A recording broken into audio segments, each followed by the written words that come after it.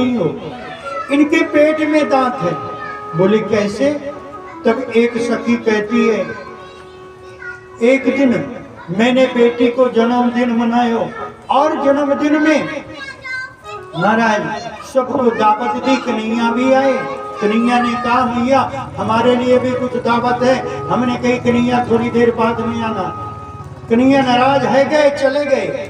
रात को आए और मेरी बेटी को हवा से बड़ा डर लगे। मेरी बेटी की चोटियां बांध दी चारपाई से और बांध करके आए और उसके पास खड़े होकर के कहते हवा हवा। जैसे उसने हवा का नाम सुना सो मेरी बेटी उठी तो महाराज चोटी तो बंधी चारपाई में, जोर जोर से चिल्लाई मैया हवा ने पकड़ लियो, मैया हवा ने पकड़ लियो, मैया बचाइयो, हवा ने पकड़ लियो। मैं दौड़ी, मेरे पति देवता दौड़े, आकर के देखा तो चोटी बंधी चारपाई से और जोर से झटका लगाई। मेरी बेटी ने आधी चोटी चारपाई में ही रह गई और महाराज आकर के हमने देखा कोई हवा हुआ नहीं। बोले अच्छा इतना नेक सो लाला और इतना उधम बचावे? बोले हाँ मैया। महाराज अनेक प्रकार से कही। बोले ऐसा करना इस बार आ जाए ना रंगे हाथ पकड़ना। बोले ठीक है। गोपियां चली गई। दूसरे दिन कन्हैया फिर गए अपने ग्वाल मंडली के साथ। वो तो आदत थी, रोज का सिस्टम था, क्योंकि कन्हैया चाहते थे कि मेरे जो ग्वाल बाल सखा है ना ये बहुत गरीब है, इनको माखन मिश्री खाने को नहीं मिलता। और गांव की ग्वालिनियां सब माखन मिश्री जाकर के मक्खन को बेचकर मथुरा में आती हैं। इसलिए मैं अपने ग्वाल बालों को माखन मिश्री किस तरह से खिलाऊं। मक्खन खिलाने के लिए कन्हैया ने ये सब लीला करी कि ये बेच के आती हैं पैसा के मारे। न तो बछड़े ठीक से दूध पी पाते, न ग्वाल बाल गाय चराते हैं बेचारे, दिन भर नंगर पैर घूमते हैं, परंतु उनको कुछ मिलता नहीं। तो महाराज इस इच्छा से कन्हैया ने यह लीला करी। दूसरे दिन गोपियां गई पानी मानी भरने। उसी समय कन्हैया ग्वाल बालों के साथ पहुंच गए। वो तो छिपी हुई थी, कहीं गई नहीं थी, पहले से योजना थी। और महाराज आई और झम से कन्हैया को पकड़ लिया। ग्वाल बाल तो सब भग गए।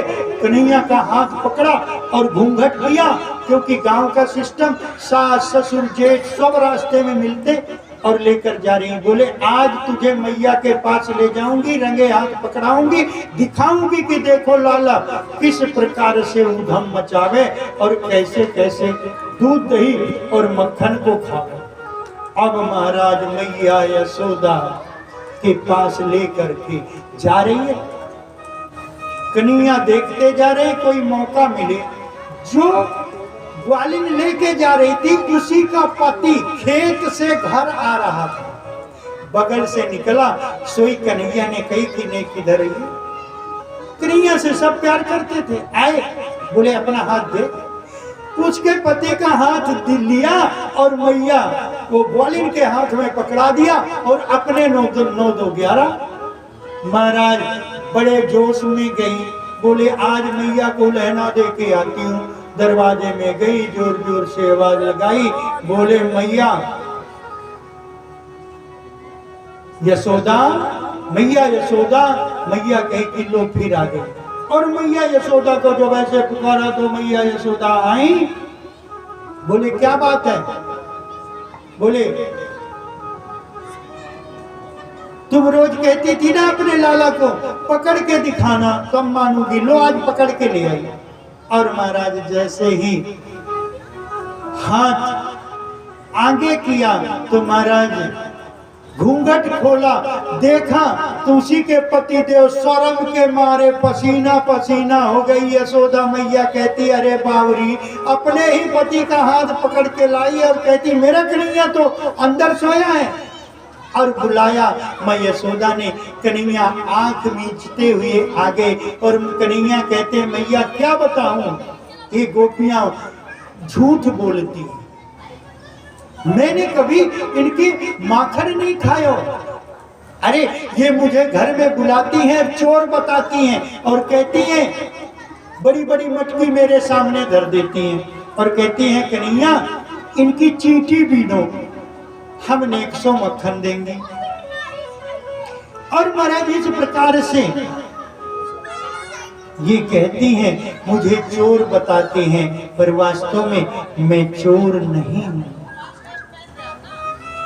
मैया जब मैं घर से चलो बुलावे घर में ग्वालिन मोये। मैया जब मैं घर से चलो बुलावे घर ग्वालिनिया मोये। मैया जब मैं घर से चलो बुलावे घर में ग्वालिन मोये। मैया जब मैं घर से चलो बुलावे घर ग्वालिनिया मोये। बुलावे घर ग्वालिन मोये। बुलावे घर ग्वालिन मोये। मैया जब मैं घर से चलो बुलावे घर ग्वालिन मोये। मैया जब मैं घर से चलो बुलावे ग्वालिनिया मैया जब मैं घर से चलता हूँ ना, ये ग्वालिनिया मुझे बुलाती हैं और कहती हैं कि लाला ये मटकी में चींटियां बहुत हैं, इनकी चींटियां बीनो और 100 हम तुम्हें मक्खन देंगे। मैया इस प्रकार से ये मुझे परेशान करती हैं, तंग करती हैं।